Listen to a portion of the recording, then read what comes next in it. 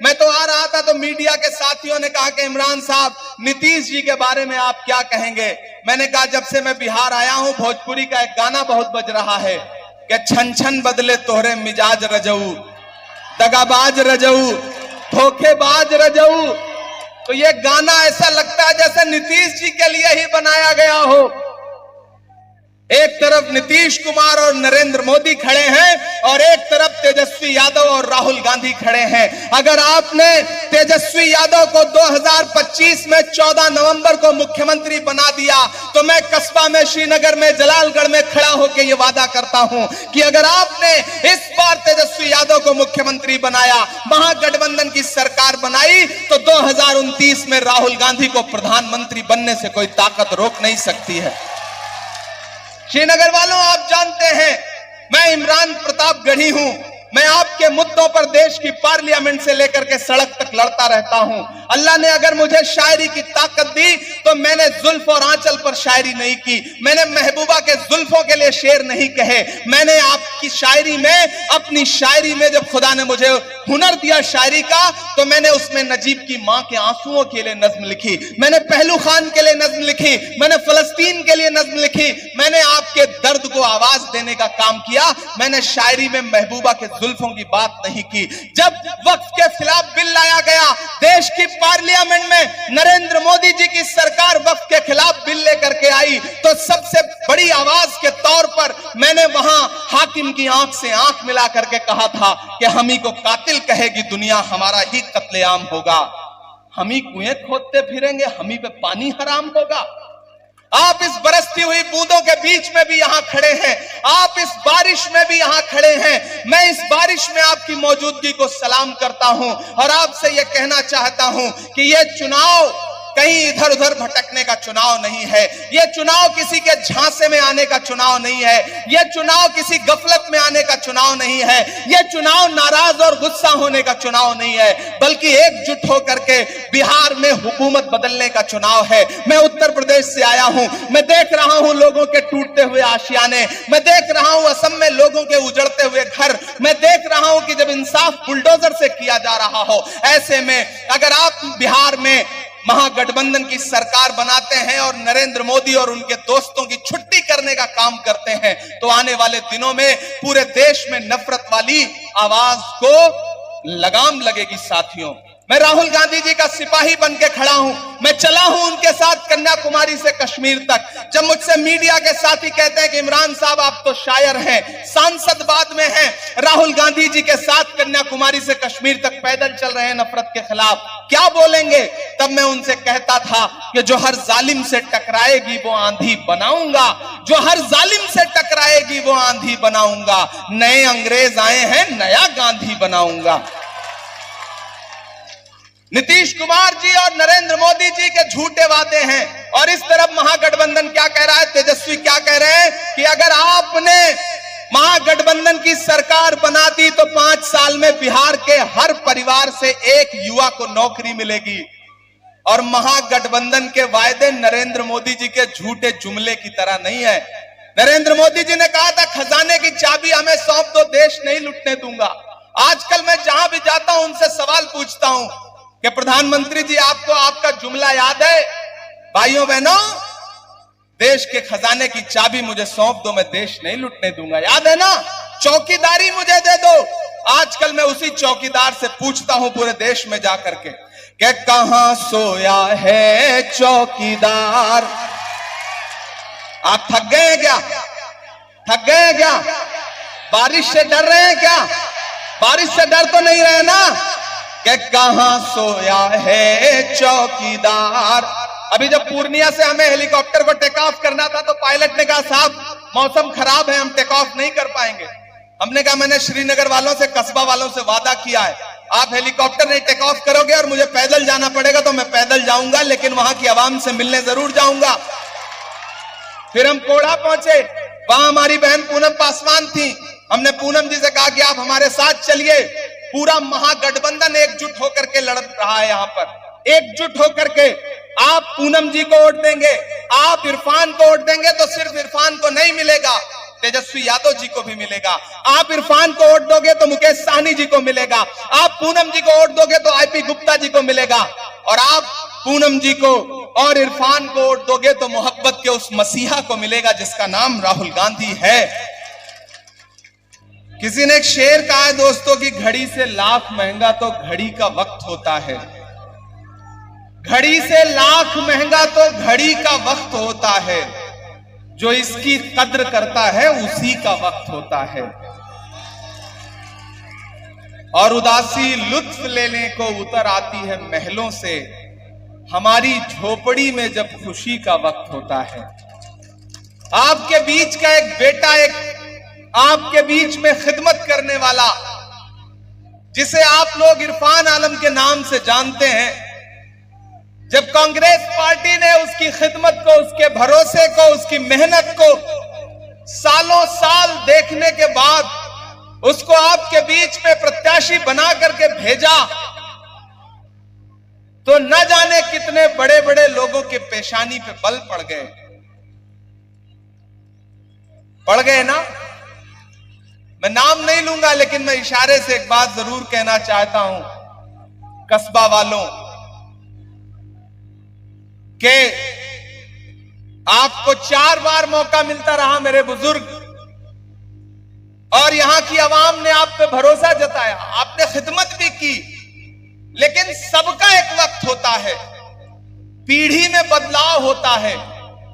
कभी वालिदैन के हाथ में घर की कमान होती है, तो एक दिन ऐसा भी आता है कि जब बेटा बड़ा हो जाता है तो कमान उसके हाथ में चली जाती है। आज अगर इरफान आलम पे कांग्रेस पार्टी ने भरोसा जता करके उसको अपना प्रत्याशी बना दिया है, तो फिर आपको तो दिल बड़ा करना चाहिए था और अपने इस छोटे से भाई के सर पे, बेटे के सर पे बेटा समझ करके शफकत वाला हाथ रखना चाहिए था और कहना चाहिए था कि इरफान, अब मेरे रिटायर होने की उम्र आ गई है, जाओ तुम कस्बा की आवाम की खिदमत करो, मैं तुम्हें यह जिम्मेदारी देता हूं। होना तो यह चाहिए था, लेकिन मुझे पता चला कि हमारे बुजुर्ग लोग नाराज हैं। हम बुजुर्गों की नाराजगी की बड़ी कद्र करते हैं, अल्लाह करे वो मान जाएं, नाराज ना रहें। मैं तो उनसे भी कहता हूं, मैं अपने आफाक चचा से भी कहता हूं कि आप तो जब भी हमारे पास आए, हमने मोहब्बत से आपको मिठाई खिलाई, पानी पिलाया, गले लगाया, और जब आपके मिनिस्टर बनने का वक्त था तो आपको याद होगा कि उस वक्त हमसे जो बन पड़ा, आप जब एआईसीसी के ऑफिस में, मेरे माइनॉरिटी डिपार्टमेंट के ऑफिस में आए थे, तो हमने उस वक्त भी आपकी जो बन पड़ी वो मदद की। और जब मेरे पास इरफान भी आए तो हमने इनको भी चाय पिलाया, मिठाई खिलाई, पानी पिलाया और इनसे कहा कि जाइए, अगर कांग्रेस पार्टी आप पे भरोसा जताएगी, आपको कैंडिडेट बनाएगी, तो सबसे पहला आदमी इमरान प्रतापगढ़ी होगा जो आपके लिए आकर के आवाम से वोट की अपील करेगा। साथियों, न हम सफर न किसी हम नशी से निकलेगा, न हम सफर न किसी हम नशी से निकलेगा, हमारे पांव का कांटा हम ही से निकलेगा। वतन की रेत मुझे एड़ियां रगड़ने दे, मुझे यकीन है पानी यहीं से निकलेगा। एक नौजवान आदमी जो आपकी खिदमत करता है, एक आदमी जो न दिन देखता है न रात देखता है, जब भी आप उसे आवाज देते हैं वो आपकी खिदमत के लिए खड़ा हो जाता है, जो आप जैसा दिखता है, आपके भाई की तरह है, आपके बेटे की तरह है, आपके परिवार की तरह है। अगर आज उसको मौका मिला है तो फिर इतनी बेचैनी लोगों में क्यों है? मैं आप सबसे गुजारिश करूंगा, श्रीनगर वालों, कस्बा वालों, कि मैं जितना इरफान को समझ पाया हूं, अगर आप बिना बटे हुए, बिना अपना वोट खराब किए हुए इस भाई के साथ खड़े रहे, तो ये जान लीजिएगा कि आने वाले 30-40 सालों के लिए आपको एक ऐसा नेता मिलेगा जो आपके सुख दुख में रात के 12 बजे भी खड़ा नजर आएगा। बड़ी मोहब्बतों से, बड़ी शफकतों से यहां ये भाई पहुंचा है, और आज मैं इस भाई के लिए अगर आपके सामने दामन फैलाने आया हूं, श्रीनगर वालों, कस्बा वालों,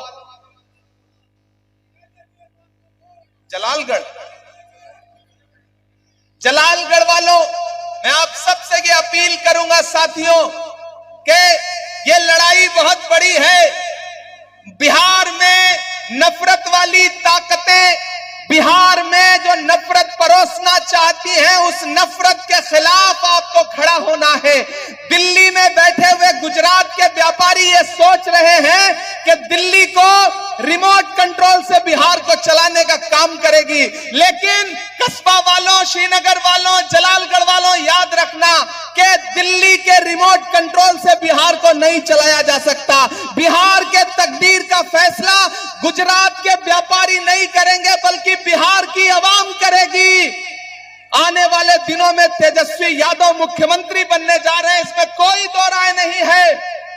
और अगर आप सारे लोग तेजस्वी यादव को मुख्यमंत्री भी देखना चाहते हैं, नीतीश जी को रिटायर करना चाहते हैं, मोदी की नफरत की राजनीति से बिहार को बचाना चाहते हैं, तो आप सारे लोगों को यह अहद करना पड़ेगा कि विधायक बना करके इरफान आलम को असेंबली पहुंचाने का काम कीजिए। ये जो छिटपुट लोग इधर उधर करते रहेंगे, वोट बांटने की कोशिश करेंगे, उनके झांसे में मत आइएगा। ये लड़ाई बहुत बड़ी है। एक तरफ नरेंद्र मोदी खड़े हैं और एक तरफ मोहब्बत की आवाज लगाने वाला, नफरत छोड़ो भारत जोड़ो की सदाएं बुलंद करने वाला राहुल गांधी खड़ा है। जो लोग ये सोचते हैं कि वो साजिशें करके इरफान को रोक सकेंगे, उनसे बताओ कि कैंची से चिरागों की लवें काटने वालों, कैंची से चिरागों की लवें काटने वालों, कुदरत के करिश्मों से लड़ोगे तो मिटोगे। तुम फूल को चुटकी में मसल सकते हो, लेकिन खुशबू को बिखरने से नहीं रोक सकोगे। जिन्होंने आपके वोटों पर राज किया, जिन्होंने आपके वोटों पर पूरे देश में अपनी हुक्मरानी चलाई, अब आज उनको बदलने का वक्त आ गया है। बिहार को बदलाव की जरूरत है। मुझसे राहुल गांधी जी ने कहा कि इमरान जाओ, पूनम पासवान बहन की तरह है, इरफान भाई की तरह है, जाओ, ये गरीब गुरबा की लड़ाई लड़ने वाले लोग हैं। आप इनका लिबास देखिए, इनका पहनावा देखिए, आवाम के बीच में इनकी खिदमत देखिए, आपको समझ में आएगा ये किसी धन्ना सेठ के परिवार से नहीं आए हैं। इन्होंने लूट करके अपना खजाना नहीं भरा है। ये वो लोग हैं जो सच में आपकी खिदमत करना चाहते हैं और बिहार में सरकार बदलना चाहते हैं। इसलिए सब छोड़ दीजिए, सब भूल जाइए। बस 11 तारीख को घर से निकलिए तो सिर्फ एक चीज जहन में रहे कि चुपचाप हाथ छाप, चुपचाप, और जोर से आवाज आनी चाहिए, चुपचाप, और जोर से पटना तक जाए, दिल्ली तक जाए, नरेंद्र मोदी जी तक जाए, दिलीप जायसवाल तक जाए, जाएगी ना? चुपचाप, चुपचाप, चुपचाप। कहां सोया है चौकीदार, कहां सोया है चौकीदार। अब बिहार में बन जाएगी तेजस्वी सरकार। कहां सोया है चौकीदार, कहां सोया है चौकीदार। के चाय बेचने वाला पूरा भारत बेच रहा है। चाय का नाम लेते ही आपको स्वाद आ जाता है, कितने समझदार लोग हैं आप। कि चाय बेचने वाला पूरा भारत बेच रहा है, इसी काम में हासिल उसे महारत बेच रहा है। कि रेल बिक गई, तेल बिक गया, बिका हवाई अड्डा। बिक गया कि नहीं बिक गया? LIC भी बेच दी। बिहार की सैकड़ों एकड़ जमीन अडानी को 1 रुपए एकड़ के हिसाब से मोदी जी ने बेच दिया, नीतीश जी ने बेच दिया। भागलपुर में अडानी को 1 रुपए एकड़। तब ये लाइनें पढ़ता हूं कि रेल बिक गई, तेल बिक गया, बिका हवाई अड्डा। सब कुछ बिकता देख के खुश है अपने JP नड्डा। क्या जनता महंगाई की मारी करती हाहाकार। कहां सोया है चौकीदार, कहां सोया है चौकीदार। उठाइए अपना एक एक हाथ, जहां भी है उठाइए अपना एक एक हाथ और मुझे भरोसा दिलाइए कि भाई को, इरफान आलम को विधायक बना करके, पूनम जी को विधायक बना करके असेंबली पहुंचाने का काम करेंगे। और आपने इनको असेंबली पहुंचाया, और बिहार में तेजस्वी की सरकार बनाई, महागठबंधन की सरकार बनाई, तो हम आपसे वादा करते हैं कि 2025 में बिहार का मुख्यमंत्री और 2029 में राहुल गांधी भारत का प्रधानमंत्री, क्योंकि बिहार से जो आवाज उठी है उसको कोई रोक नहीं पाता है। दोस्तों, आप इस बारिश में भी यहां खड़े हैं, मैं आपकी मौजूदगी को सलाम करता हूं साथियों। और कांग्रेस पार्टी मोहब्बत की बात करती है, नफरत की बात नहीं करती है। हम मोहब्बत के पैरोकार बनकर के आपके बीच में आए हैं। आज से इस चुनाव को इरफान आलम बनकर के लड़िए, आज से इस चुनाव को इमरान प्रतापगढ़ी बनकर के लड़िए। ये गुस्सा, ये नाराजगी सब किनारे रखिए। जब मकसद बड़ा हो तो छोटी छोटी चीजें नजरअंदाज करनी पड़ती हैं। और कस्बा वालों में एक बहुत बड़ी बात कह के जा रहा हूं, टिकट बहुत सारे लोग मांगते हैं, किसी एक को मौका मिलता है। जिस तरह फुटबॉल के मैच में गोल कोई एक आदमी करता है, बाकियों को पास देना पड़ता है। कल आपको मौका मिला था आफाक भाई, आप मेरे बुजुर्ग हैं, मैं आपको गले लगा करके, आप रूठे हैं, मैं मनाने के लिए आपसे यहां से अपील कर रहा हूं कि खुदा के लिए ये बड़ा मुश्किल वक्त है, ये लड़ाई बहुत बड़ी है। अगर बिहार में भाजपा हारती है तो पूरे मुल्क में अमन पसंद लोगों को सुकून मिलेगा। इसलिए अपनी छोटी छोटी गलतियां, अपनी छोटी छोटी नाराजगी किनारे रखिए, इरफान का साथ दीजिए। 2000, 3000, 4000 वोट काट करके अगर कल को कोई ऊंच नीच हो गया तो आपको जिंदगी भर पछताना पड़ेगा। इसलिए साथियों, मैं आप सबसे कह रहा हूं कि कहीं भी बिखरिए मत, चुपचाप हाथ छाप याद रखिए और मोहब्बत के उस मसीहा को याद रखिए जिसका नाम राहुल गांधी है। आप तो इस बात पर ईमान रखते हो ना कि मजदूर का पसीना सूखने से पहले उसकी मजदूरी उसे दे देनी चाहिए। रखते हो या नहीं रखते हो, मुझे बताओ, रखते हो या नहीं रखते हो? तो एक बात याद रखना कि कन्याकुमारी से कश्मीर तक 4000 किलोमीटर नफरत के खिलाफ, नफरत छोड़ो भारत जोड़ो का नारा लगा के कौन चला? राहुल गांधी चला। अपने पैर के छालों की परवाह नहीं की राहुल गांधी ने।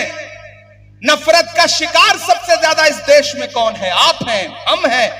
आपकी पहचान देख करके कौन सी ट्रेन में, कौन सी जगह कौन मार दे, कोई भरोसा नहीं है। ऐसे में उस नफरत के खात्मे के लिए लड़ कौन रहा है? राहुल गांधी लड़ रहा है। नारा क्या है? नफरत छोड़ो भारत जोड़ो। आप तो इस बात पर ईमान रखते हो कि मजदूर का पसीना सूखने से पहले उसकी मजदूरी उसे दे देनी चाहिए। मैंने देखे हैं राहुल गांधी के पैर के छाले, मैंने देखा है राहुल गांधी के माथे से पैदल चलते हुए बहता हुआ पसीना। मैं आज राहुल गांधी की मजदूरी मांगने के लिए आपसे आया हूं, और वो मजदूरी ये है कि राहुल गांधी ने इरफान आलम को अपना प्रत्याशी बना करके, नुमाइंदा बना करके कस्बा में भेजा है। तो फिर मजदूर का पसीना सूखने से पहले मजदूरी देनी तो पड़ेगी। 11 तारीख को घरों से बाहर निकलिए, इरफान आलम को विधायक बना करके असेंबली पहुंचाइए। इधर कोढ़ा के लोगों से अपील है कि बहन पूनम पासवान को विधायक बना करके असेंबली पहुंचाइए।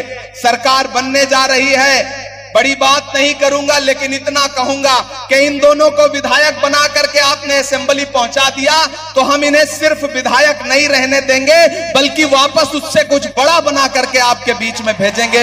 ये भरोसा दिलाते हैं इस गरीब के बेटे को, जिनके वालिद ने पूरी जिंदगी आपकी चिट्ठियां सहेज करके आप तक पहुंचाई हैं। एक ऐसे बाप का बेटा कि बाप कासिद है, बाप ने पूरी जिंदगी डाकिए का काम किया, आप लोगों के संदेशे आप तक पहुंचाने का काम किया।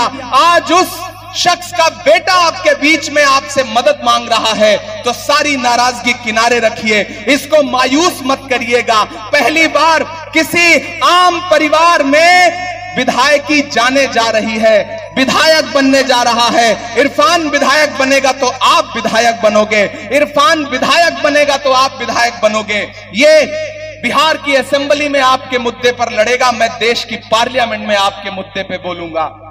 एक विधायक जिताओ, एक सांसद फ्री पाओ।